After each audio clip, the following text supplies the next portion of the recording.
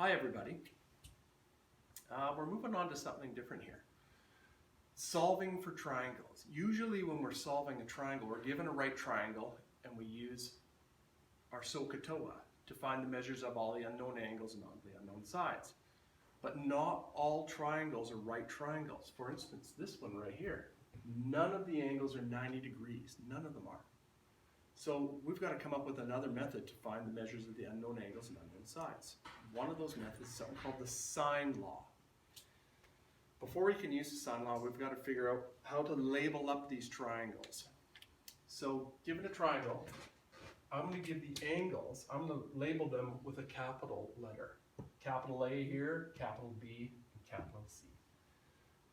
Now we're going to match up the sides with their angles. If I've got an angle A here, I'm going to call its opposite side lowercase a. If I've got angle capital B here, I'll label up its opposite side as little b. And likewise, if I have angle C here, I'll label up its opposite side little c.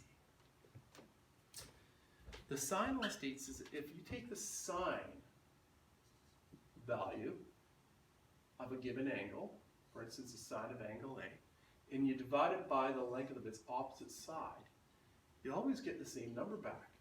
The sine value of angle B, so if you take the sine, use your calculator to find the sine value, and then you divide it by the length of the opposite side, they'll always equal. The sine value of angle C divided by its opposite side.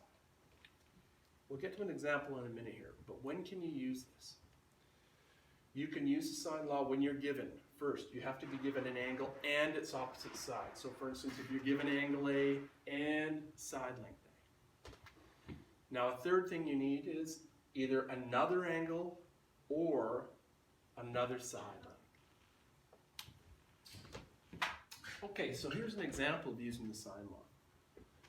If I'm given this information, angle A is 73 degrees, angle B is 57 degrees, and little b is 24 units long.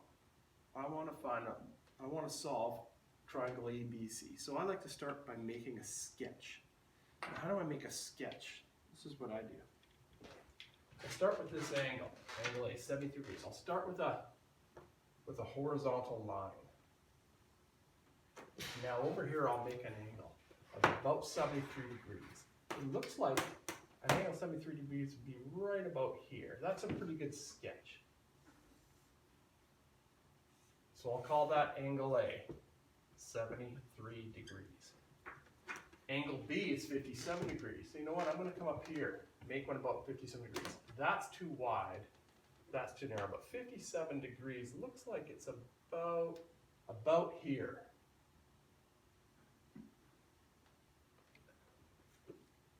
Angle B, 57 degrees. 57 degrees. Now I'll connect this up and finish up my triangle here. Okay. Now side length, B, that's 24 units long. So I'll put little b is 24 here. I want to find the measures of all the unknown angles and all the unknown sides. Well, you know what? That's the only angle left. That's angle C.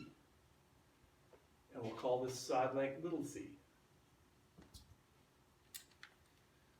The angle sum of a triangle is 180. So if you go 180 minus 73 minus 57, you're going to get angle C.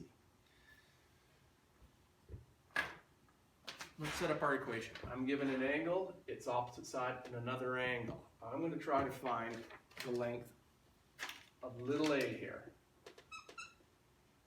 Side length, little a. So my equation, the sine of b over little b is equal to the sine of big C over, or big A over little a. Well, what is angle B? Oh, we do have that angle. That's 57 degrees. 57 degrees. And we do know angle A. Angle A is 73 degrees. So I'll put 73 in here. And I do know side length little b, that's 24. I have numbers in all, out of 3 out of the 4 spots. Okay. we can use this equation to solve for little a. So if I find the sine value of 57 degrees, that works out to, you take your calculator, go sine 57 degrees, it works out to 0.8387 over 24. And if I find the sine value of 73 degrees, sine 73, I end up with 0.9563 over little a. Hey, by cross multiplication, the bottom of one side times the top of the other side.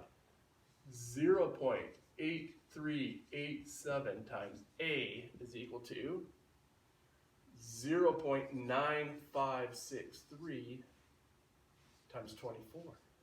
Hey, we solved that equation. And when you solve it, you go 0.8387 times a is equal to, what's 0.95? That works out to about 22.71. 22.71. Divide both sides by 0.8387. A is approximately equal to 27 units. Hey, we just found the length of that. It's about 27 units. You can use the same idea to find, once you know the measure of angle C, you can find the length of side length C.